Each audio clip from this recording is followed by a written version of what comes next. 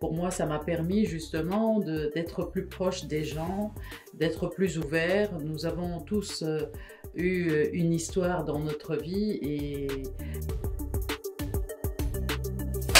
bonjour, je m'appelle Manjia Yahya, je suis organisatrice de spectacles et je suis chanteuse occidentale. J'ai créé un concept où je mets en valeur les jeunes talents sur scène, chansons, musique, danse, acrobates, humoristes, one-man show, beaucoup d'ambiance. J'ai commencé en 2015 et j'ai fait plusieurs spectacles jusqu'à 2019. Entre autres, depuis 2017, 2018 et 2019, au Festival de la Médina, My Spectacle Café Chanta qui se déroule sur la place de Bebsouera, qui a eu beaucoup de succès. Alors cette année, nous aurons, je le souhaite de tout cœur, un nouveau spectacle au Festival de la Médina à la place Bebsouera.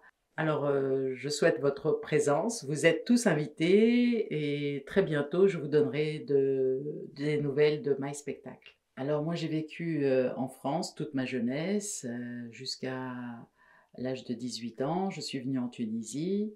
Mes parents et mes frères et sœurs sont restés là-bas. Ils sont franco-tunisiens. Alors j'ai 2 enfants. J'ai ma fille qui vit en Allemagne, elle est graphiste. Et j'ai mon fils Mehdi Ayed qui est acteur, qui a eu son diplôme en 2021 en tant qu'acteur international. Coucou mon fils! Salut, et je suis très fière de vous deux. En premier lieu, salsa cubaine. Toutes les saisons. Après la fiesta, la siesta.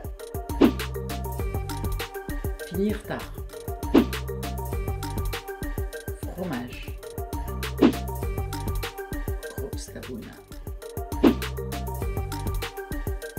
Google Agenda, oui. Robert De Niro, bien sûr. La Tunisie, pour moi, c'est le pays d'accueil, c'est la terre d'accueil. C'est un pays où dans chaque ville, il y a différentes cultures ou différentes agricultures, différentes traditions tunisiennes et c'est ce qui nous enrichit tous. J'ai décidé de rester en Tunisie parce que elle est belle, je me sens très bien.